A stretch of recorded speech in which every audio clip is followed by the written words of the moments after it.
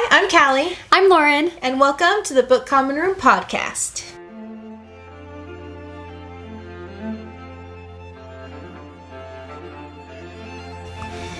Beatbox it. I mean, there is a club scene. They do go to a club, right? Multiple times. I was about to say. Okay, welcome back to our spoiler episode. I'm so excited. We're going to actually take a deep dive into our thoughts and opinions of this book. Just again, we talked about this a lot last time, but we are going to spoil kind of the whole series. So if you're not quite there yet, that's totally fine. You can come back. But I just feel like this is the type of story that you got to get the whole arc. Because it's so good. It's not like, I don't know, what's the first book in a series that we've done where you just talked about the first one? I guess Fourth Wing, we only really talked about the two, but there was only two out. Yeah, series are hard. I think another reason we haven't really done a series yet is because you have to talk about... Because you kind of have to talk about the whole thing. Like, holistically, the story. Oh, ACOTAR. We just talked about the first one. The first two. Oh, yeah. But really the first one. And it was hard. Yeah. Because there's just things in the first one that it's like, oh, like, she introduces it, but it's going to change later. And you can't, like, judge off the first book of certain characters because they're going to change. I also think you can't give, like, an adequate review on just the first book. Yeah. Because sometimes the first book can be really, really good, and then the rest is like, they're all working parts together. Yeah. So, yeah, I don't think we'll have to say... we are going to not, like, go super deep dive into all of them because there are... There's a lot of details. How many episodes are there on Webtoons? 280. That's crazy, man. Yeah. So, and I'm assuming she's going to have like 10 volumes that will be out to cover them all. I don't know, but something like that. But there is a lot, so it's like clearly we can't go through every spoiler that there might be, but at least the big plot points we will be addressing today. There will be 10. There will be 10. Okay. Boom. There we go. According to Penguin Random House, there are 8 out. And book 9 is up for pre-order. Oh my gosh, you guys. I'm ready. Oh no, book 8 and book 9 are up for pre-order, but there are 7 out right now. I need to go get them. Yes. Okay. 6 and 7 are out. 8 and 9 you can pre-order, and then... They're coming out pretty fast. I know. Like, they're just kind of chugging them out. I mean, if the story's done, over, I'm sure people are like, I want the hard copy. Especially, I want the one with exclusive editions. I don't know if you can see the spines, but I love the spines. They're so pretty. I thought this was upside down at first. Me too. But it's not. It's because Hades is upside down. Yes. They're so cute. Just like, look at cute little Hades. He's so precious. He's so precious. And I think Barnes & Noble does, like, exclusive stuff. Yeah. Is it, like, exclusive covers, or do so they this add in, like, extra chapters? Yeah, so that one says Barnes & Noble exclusive edition. Dang, her art... Just from the first one into this one has already improved a ton. I love this style. And the characters kind of look a little different. I feel like this is cleaner. Yeah. The one issue I had with the art in the first one is everything seems kind of blurry. Yeah. I don't know if that makes sense. Or like that's outside of the lines kind of a style. Yeah, which I do like. Yeah. But I think I like this more. Oh my gosh, you guys. Where it's like sharper. I have like favorite pictures too. Like there's like one of Hades, like, and like Persephone turning into like butterflies because I think I just went into it's like this. I don't know if it's like a personality thing, but like when like Persephone feels like squirmy, like she's with Hades and like she's kind of like melting because she just loves him so much, she turns into butterflies. Cute. And he's like, what just happened? Well, I like even the first one when she gets nervous, her hair grows really long. Yeah. She has to always cut it. But there's just like cute little things like that. And so like this is like her turning into butterflies and he's like, what the? It's just Persephone's power. Yeah. Because hair growth? Well, I think she's she's the goddess of spring. Yeah. Okay. Now to get into a lot of things today. So how about we start off with, Callie, how did you like your introduction to Lore Olympus? I really liked it. I kind of talked about this last time, but I was first introduced to the webtoons in like 2019. I was a freshie in college, and this was about the time where I was doing elementary education, and let me just say, the homework for LEd is next to nothing. Like, the homework is so easy. I don't know why I just didn't stay just because it was easy. Well, you challenged yourself, so there you go. I love my major I graduated with. I'm very happy. I wish I graduated in your major. But at the time, I think I was taking 12 credits, but I would go home and I'd probably do like an hour of homework for all of my classes. Total. That was everything. Oh, freshman year? There was like no reading. Yeah. Well, you took crazy classes. Oh, I was dumb. I shot myself in the foot. I took like Hebrews and this world lit class and this like intense humanities class. And they're like, be careful when you take this. And I was like, okay. Anyways. I had the complete opposite. So I remember there were nights where I would stay up until I heard the birds chirping. Just reading webtoons. That's what I would do. Girl, what? And then I didn't have a class until like, I don't know, noon. What? So I would just you go to live sleep. the college dream. Man, I didn't know this about you. Really? No! Oh, well, it's fine. I think you were in Puerto Rico at the time. I was. Girl. But I was like, dang, girl. But it was awesome. So that was like the thing. And so I remember seeing Lore Olympus, and my roommate at the time loved it. And she was always trying to get me to read it. And it was the art style. I just couldn't, it was like the blurriness is the only way I can describe it. I had a hard time like grasping it. Plus, I don't think there were all that many episodes out at the time. Probably. So I think I read all that there was out. Yeah, because it had only been out for 2 years, and apparently that other webtoon or webcomic she did for Wonder Woman was during that time. So I wonder if that might be why. It could have been. And so I think I just never kept reading it, and I just kind of like dropped out. But I do think I have already read everything that was in the first volume. Oh. I didn't remember it, It was just like a little refresh. Yeah, I didn't really remember it. Got it. So I was reading it and I'm like, oh yeah, okay, I remember some of this stuff. But it was nice like reading it with a new maturity. Yeah, for sure. Years later. And I think the art is better in the physical version. So I think that helped that too. But I loved it. I thought it was super cute. I like Greek mythology anyways. So that was fun. I loved her depiction of Hera. Because Hera is always like the witch, if we're not going to swear, the witch of the story. Like, she is just, like, anytime I read about Hera, no one likes her. She's just Zeus's wife that is just bitter. Yeah. So I kind of liked in this, at least in the first volume, she was the one to stick up for Persephone and to look out for her. And I really liked how she was yellow. So I like how she depicted that. Warmth. I love her. And like Apollo. And Apollo, I liked, well, I mean, he's a bad person. He does the bad thing. He does very bad things. He does bad things. Multiple bad things.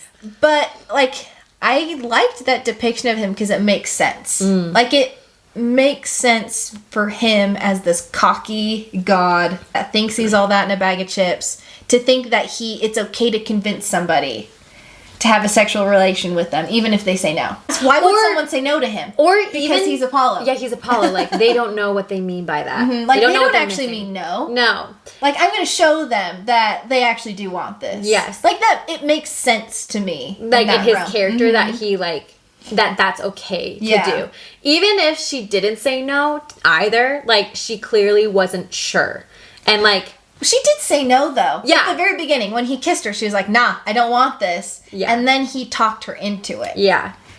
And then, I mean, she said yes, but that wasn't a yes. No, but, like, just in general for, like, consent stuff, even if they don't say no and they don't say yes, usually a no. Okay? That's the thing. It's just because, like, yeah, anyways. But I like the depiction. I even liked Hades. I feel like we usually see the Hercules type Hades where he's just a firecracker. Oh, yeah. Or the Percy Jackson Hades where he's just depressed. He's just depressed. So I do like her depiction of Hades too, where he's kind of somewhere in between. He's just in this dark place, but there is something beautiful about it. I thought when I was going into this, I knew that there was a rape in it. I thought that Hades was going to be raped. I mean, he is in like a toxic relationship. Yeah. But I thought that's what it was going to be, and then Persephone was going to come in and show what like help heal him, which I mean kind of does happen. Yeah. But that's what I thought was going to happen. Yeah. And then he was going to have to protect Persephone from people who are going to try to like hurt her or take advantage of her. Yeah. Because she's so naive. She's so naive. Yeah. That's my most favorite part of Lore Olympus is Persephone's character growth. I think what I've heard from some people that have read this series is that, especially when it deals with trigger warnings like rape and sexual assault and things like that, a lot of literature that like grapples with that kind of like fast forwards through the healing process of it, or just never really talks about it because some people don't really come back from that kind of a thing, and that's what they're trying to highlight. But in this book series, she does a very good job of developing how much, half the time, Persephone didn't really know what happened to her. See, I actually heard a lot of people didn't like that. Like, it happened, and then the next chapter, she's just talking to Hades on the phone, and like something was wrong, but she wasn't like freaking out quite yet. Yeah. But I think it's kind of liked it. I think it's realistic because since she is so naive, since it did happen to her, she probably convinced herself she did want it. Yeah. So, like, why would she be upset if she wanted it, but it still feels wrong? Yes. So then it's like how you're supposed to feel. Yeah. So she feels guilty because she's supposed to be a part of the scholarship thing. Yeah. People want to have the perfect victim. Yes. And the thing is, and the whole time, Apollo doesn't think he did anything wrong either. Ever. Like, until the end.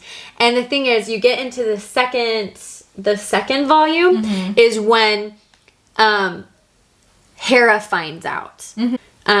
She invites Persephone over at one point and is trying to get her to be in a role with Hades because she wants her and Hades to like, because she has that vision. She wants to she's like, we need Hades to prove himself. So she's like, okay, let's give her a job she's completely unqualified for and send her to the underworld. And while she like is trying to get Persephone out the door, I think what happens is she like touches her hand and she's like, who did this to you? Because she finds out what happened. And the whole time it's like through these like this music note thing that is like supposed to depict like her trauma. Like, it's really interesting though, because I think a lot of people did struggle with it, but I think she did a really satisfying job in going through her denial kind of and guilt and then recognizing what it is and her anger. Yeah. And then her being able to, she becomes less naive, but she's still optimistic. Like, I think that's a really cool character's trait. And then by the end, she does something incredible with like the revenge arc. And it's not like evil or anything. It's like, wow, that's what Persephone would have done. Like, what'd she do? Okay. Do we want to talk about this right now? Yeah, so that's my review of it. Yes. Okay.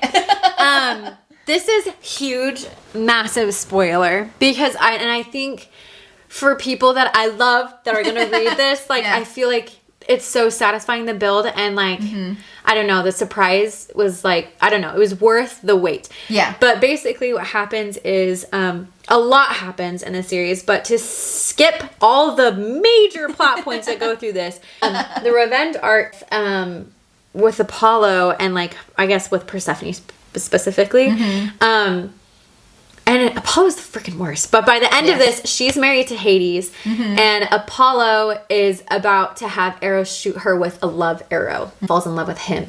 Because he wants Persephone because she's a fertility goddess. That's a huge secret in the book series because fertility goddesses apparently don't exist anymore. And anytime in Greek mythology there's a fertility goddess, they were always used to gain power. So for example, I think Ouranos was married to Gaia, and Gaia was a fertility goddess and gave him power by extension. It's kind of like that. Women are kind of like property and objects, kind of how they're used in this series and how it's like shown. And it's not because they love them, it's because they want power. They want power. And I think for one of them, Kronos, and what was Kronos's wife's name? Rhea? Yeah. Something like that.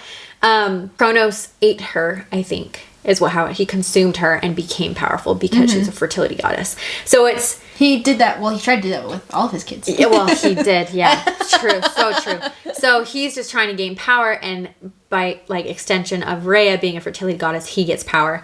And so, Persephone is a fertility goddess. And which is interesting because Hades, his character is supposed to be, like, sterile or whatever. Like, he can't have kids. But, like, for whatever reason, Persephone and her fertility magic, like, they end up having, like, children. But at the end of this, Apollo's trying to use her because he found out from Ouranos, his great-grandfather, that she is a fertility goddess and he wants to be the king of the gods. So he's going to shoot her with a love arrow so she goes with him and he can use her. But what ends up happening is she uses her powers and shoots him with the arrow. And because he learns how to truly love her, he feels all the guilt. So the revenge is he understands how horrible he made her feel and how devastating, like, it had like wrecked her life. Like, and so I thought that was such a good way to do it. Like, I don't think there was like anything like to kill him or like somehow like have like the end of him like be super intense. Like, it was the fact that he learned, like, he was in love with her, that he was able to understand the actions of what he's done.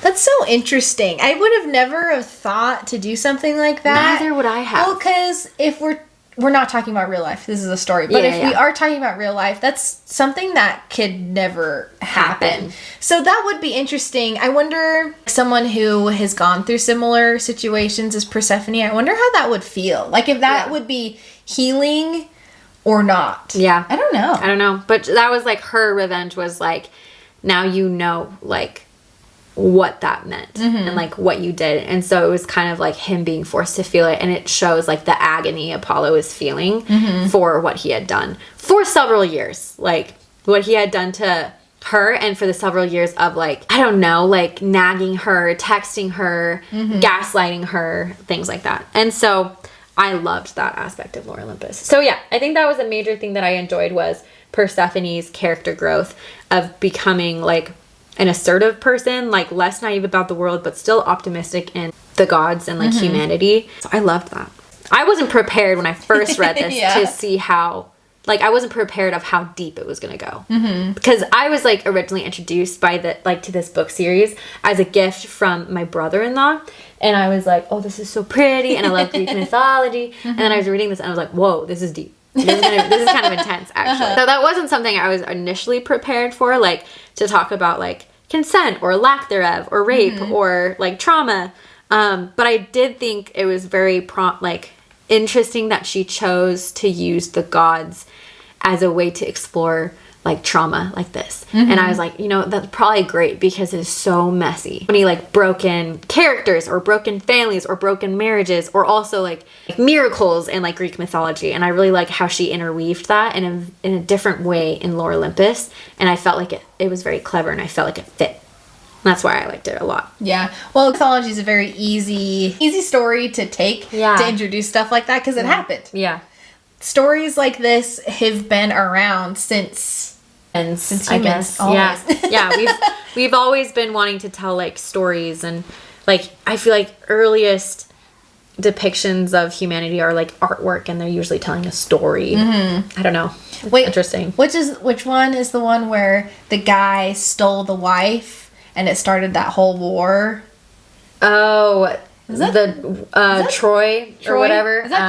Is that this is really bad because we should know. Why did I forget this? It was Helen of Troy was stolen, right? Yes. Homer's adaptation of the legend of the Iliad. The Iliad. Helen willingly left her husband Menelaus to be with Paris, the king of Troy. Yeah. Like, even from the Iliad.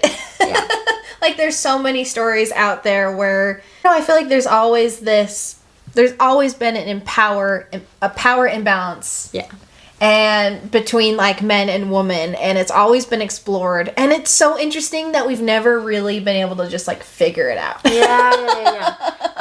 But I just love how they do it in Lore Olympus so much, and like there's so much healing that Hades has to go through, especially by the end.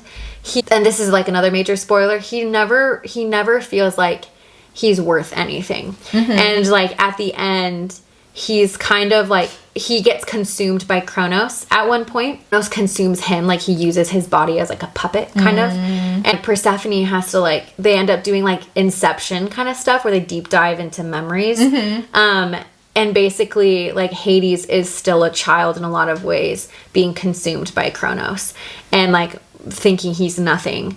Until he has this vision of his daughter, and he has this vision of his daughter, and she sees Hades being consumed by Kronos. It's this crazy like overlap plot thing, but basically he realizes he never wants to see his daughter, like he doesn't want his daughter to feel what he has felt, and he learns his worth because he's like, I know how much my daughter is worth, and so I need to know like that like what I felt was real, but also that I'm a good guy, that I'm a good person. And so it was just like so sweet because he had to go through that healing thing, like with all his trauma. And the generational trauma. Yeah, the generational trauma. And I feel like in this context, like it really is exploring like generational trauma between like these gods. And like, I mean, like he was split into a million pieces and eaten by his dad. And his dad... That's pretty messed up. Yeah. It was like worse than anything Zeus and Poseidon had faced. And then Hera is like a huge tool. Because like Kronos in love with Hera. Like Hera would come and visit him. It was weird. It's like, it's crazy stuff in the story that like each of them have such insane trauma. And hers is a lot of it is she had to be... Like she would inherit her like...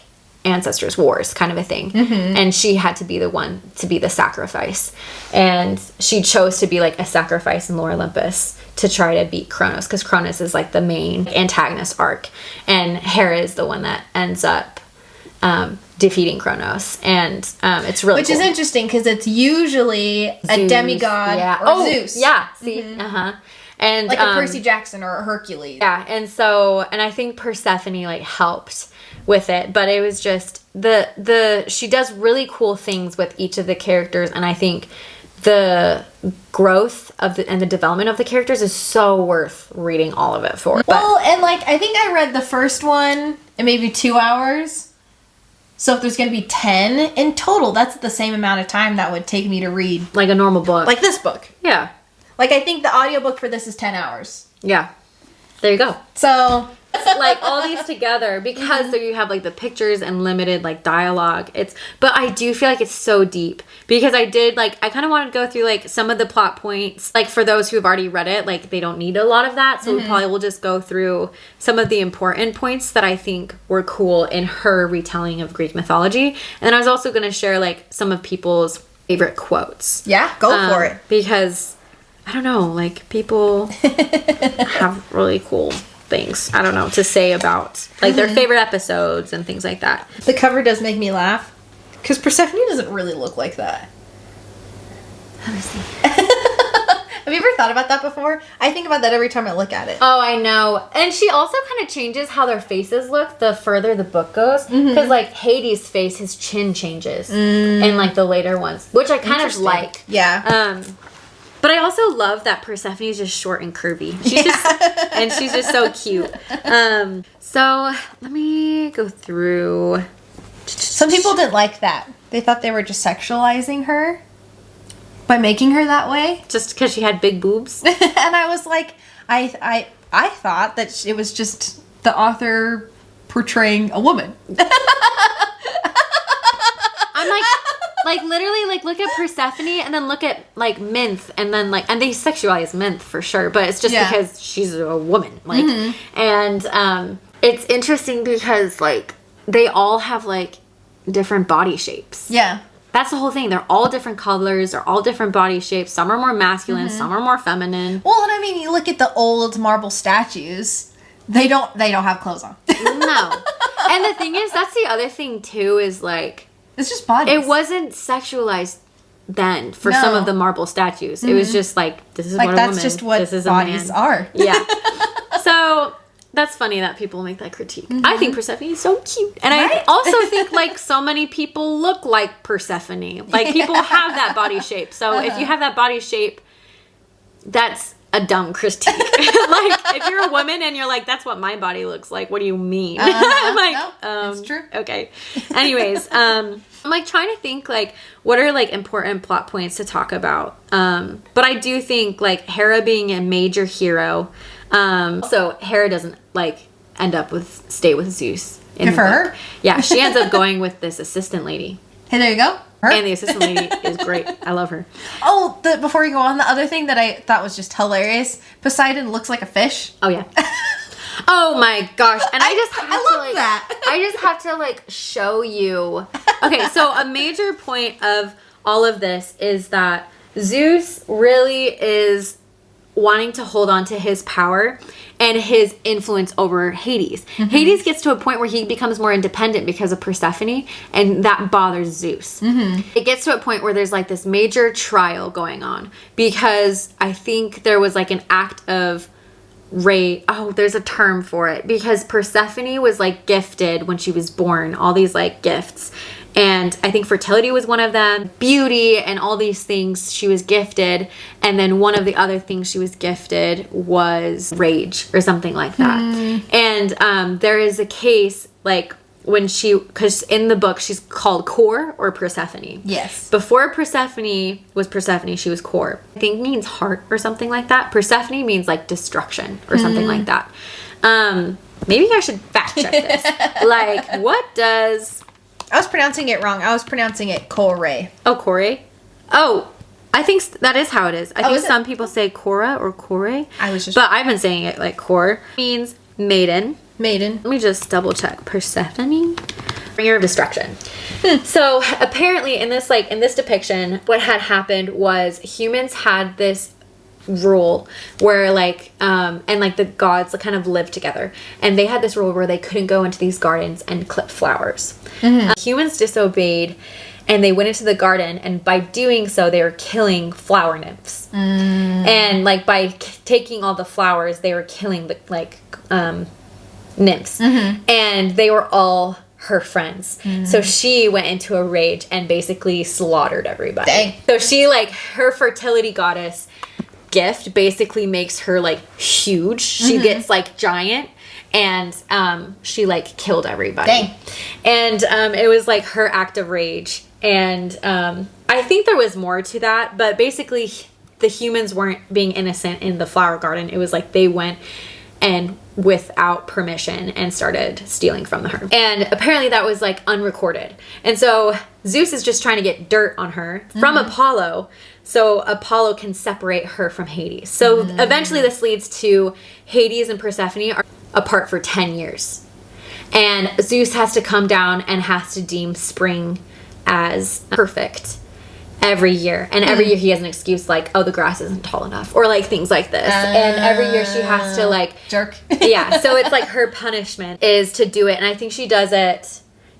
has her do it without Demeter or something like that. So like by the end, she like her hands like turn green and things like that. Oh, and there's so many plot points, you guys, that I'm like forgetting. But so that was like in the trial when they were trying to like, Apollo is just trying to separate Persephone from Hades. Like so many things come to light during this. Like I love Demeter because she's like trying to stick up for Persephone, so like her mom, and like so many things come to light because I think Demeter had a son with Poseidon, and she's like, you never visit him, like, and their son is a horse. Like it's so funny. So there's just like a lot of humor while like grappling with the heavy stuff, but there's like major plot points in the story where it's like trying to separate Persephone and Hades consistently, and how they're always like coming back to each other. And so it's so sweet, but which is opposite than how it's usually depicted. Yeah, because she's usually wanting to get back to Earth, because like in the original depiction, it's like she was kidnapped, or like basically in the actual story, Zeus gives Hades permission to take her. Not like mothers or ask her or hers, like more importantly. So he takes her as a wife and tricks her into eating the pomegranate seeds. So she's there half the year, and then goes back, and she's always sad to leave and come back to the underworld is kind of like the depiction. But in this, they're trying to get back to each other. It's just really cute. But in the book series, like she's just trying to get back to Hades, and over the 10 years, like Hades loses it, and so he's so depressed that the underworld is like not functioning, and it's like bad, really bad. I mean, and that's underworld is a big part. Ultimately leads to Kronos having jurisdiction over the underworld and wanting to come back to power. So that's like the huge plot thing. And like at one point, Persephone like loses her ability to like bring life. so everything she touches ends up dying. And it's after like they're married. I think they're married and they get separated or something like that. It's crazy, but it's so cute. I love their depiction and like the love story at the end and like the revenge arc with Apollo. And he like, I really gets what he deserves. But some quotes that I wanted to read that people have said that are their favorite. Some of these are from Goodreads. One is, let's see. And I wish they would have put like the characters that said these, but I think I can kind of remember who said this. Okay. But it says, I would love you even when all the mortals have forgotten about us and we are nothing but stardust. That's probably either Persephone or Hades. One of them is, this is from volume 1, 2 brothers and you still have only child syndrome. And I think that's Hera to Zeus. Probably. They're so cute. I love some of the quotes. They're like pretty powerful. Like some of them do get pretty deep. Hades says this in the first book. He does say like, you're one of the reasons why the mortals see us as gods and not complete monsters. And after Apollo rapes Persephone, she calls Hades. And she doesn't even tell him, but like somehow Hades is able to tell her what she needs because she's kind of suicidal, I think. Because she's like, I could just not exist. Like, what am I here for? Like, I'm supposed to be the goddess of spring. Demeter was here before she was doing it. Why am I here? And he was like, I have known Demeter's springs and they're absolutely perfect, but yours, they're chaotic, but also so beautiful. And he's just saying like, you're the reason we seem like we can be approachable by mortals because we don't seem like monsters. And I was like, oh, that's such a touching quote from Hades. I love it so much. It's such a good book series. It's a deep book series to like talk about, but I also feel like I think Greek mythology, like we talked about in our last episode, is just and just myths and fairy tales are just really fun for us to read about and adapt. It's just a bunch of like character archetypes that you can really do anything with. And there's not like any limitation to it. Yeah. I joke that mythology is the first fan fiction. Yeah. I think that's so funny. Yeah, for sure. Also, I think one last quote that I really liked was, I think, and this is something that Hades said or Artemis, but they were like, Persephone, being a functional adult doesn't mean dealing with everything by yourself. It is okay to get help. And I remember reading that and being like, oh, I needed that. I know. Well, that's a big thing with people deal with trauma in different ways, but I do think a default is just thinking, oh, I can do this by myself. Yeah. Like, I don't want to be a burden on anybody. Or people just don't know how to talk about it. Like, I think Persephone just didn't understand. And so if you don't understand, how are you supposed to talk about it? Yeah. And you do need someone who's just very perceptive to kind of coax it out of you and then just help you deal with it. As soon as it's like the realization of what happened is heavy, and I don't you can't deal with that on your own. I know, you really can't. And there's one more thing I actually want to share because I lied, but another huge she does like incredible character work in Lore Olympus. Another thing she develops is she goes back in time a lot to show Demeter and Hestia and Hera's dynamic. Because around the time Zeus and Hades and Poseidon were there was just like 3 other women. Yeah. Shows Hera and Hestia how they loved their mom, but they also realized their mom caused a lot of issues. As Demeter, like, she also had to sacrifice a lot of things because Rhea needed her to be able to like save the gods. But Demeter kind of doesn't really internalize that. And so her as a mother, she's so hard on Persephone. Like, she's like pushing Persephone to be her best. She's very sheltering of Persephone. And she's super controlling. Like, she did not want Hades to marry Persephone, and she was doing everything she could to stop them. She couldn't even have a phone. Like, she couldn't even have a phone. And like, she couldn't, like, when they were as an adult going up to college. When they were getting married, she was doing like things to stop them, which was like ended up pushing Persephone away from her even more. And it gets to a point where like Persephone, like, of course loves her mom, but like she is like going through like, my mom is also like has caused a lot of pain in my life. And there's this quote that Hera and Hestia give to Demeter that kind of wakes her up and realize like she is lacking in these areas herself as a mom, because that is what her mother lacked too.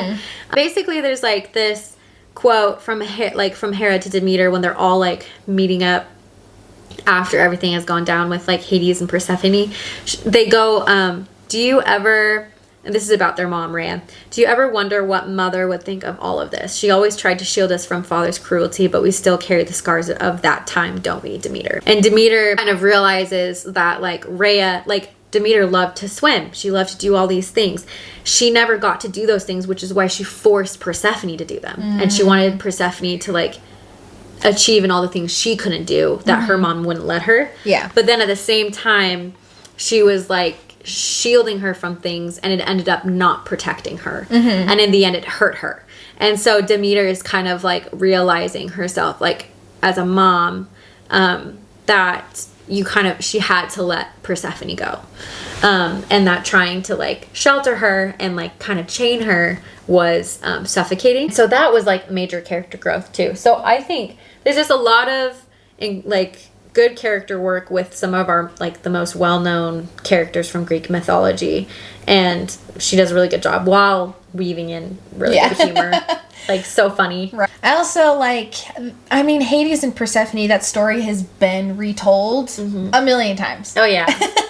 There's so much literature out there on this, and I do think this is a unique approach to it. Yeah.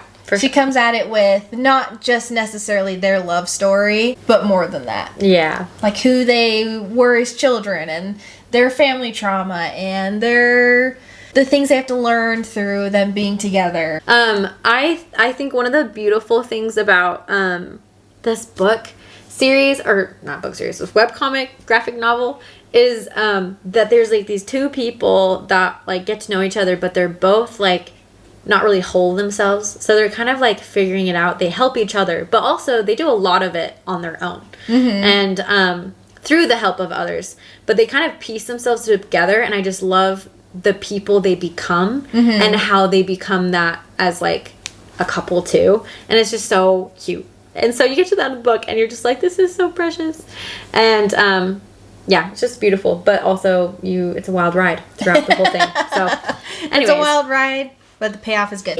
Yes. Love it. Well, is there anything else you want to talk about? No, I probably could talk about this for a really long time. But probably stop now before it ends up being hours long. Yeah. I kind of rambled anyways. Like we went through several different plot points, probably not in chronological order, but just important plot points that I felt like were, I think worth discussing or talking about. I hope you let us know how you guys liked it, if you have finished it, or if you just read the first one. Let us know what you think about it. Yeah. Hope you guys enjoy it too, and let us know what you guys think. Do we want to say what the next book is? Yes. Callie, introduce it. We're going to be doing The Hunger Games next. Yes. I wore Lauren down. Yeah. She didn't want to do it. It's okay. But we're going to do it. I'm going to make her do it. Lauren has never read them before. I've never read them. Which is wild to me. I know. I love the movie, so I'm sure the books will be better. So the books are better. See, I had the opinion, we'll talk about this in the next episode, but I, in high school, thought the movies were better than the books. But as an adult, it has switched. Yeah. But I'll say why later. I have lots of thoughts. I'm so excited. Okay, well, I will keep y'all posted. A bit of a tonal and genre shift. Oh, yeah. So, yeah, we're like, and that's the thing, too. Is going from one heavy thing to another heavy thing, but like different. We're trying to explore, so we're going from dystopian, one YA. Medium, yeah, dystopian YA from graphic webcomic. Have we done a YA anything yet? I don't think we have. Because Harry Potter. Oh, that's children. See, Harry Potter's children. ACOTAR's technically adult, so's... Yeah. Is Fourth Wing YA? Fourth Wing is adult. Okay, good. I was like, that'd have been bad. It's written like YA, but it has adult content in it. Cool. Yeah. Kind of like these, like, we say be 16 and up, even though it's... Just because of the content. Even though the reading level is 9th to 12th. Okay. Love it. We are so excited. We'll keep you posted. Yeah, we will see you guys next time. Yeah. Bye. Bye.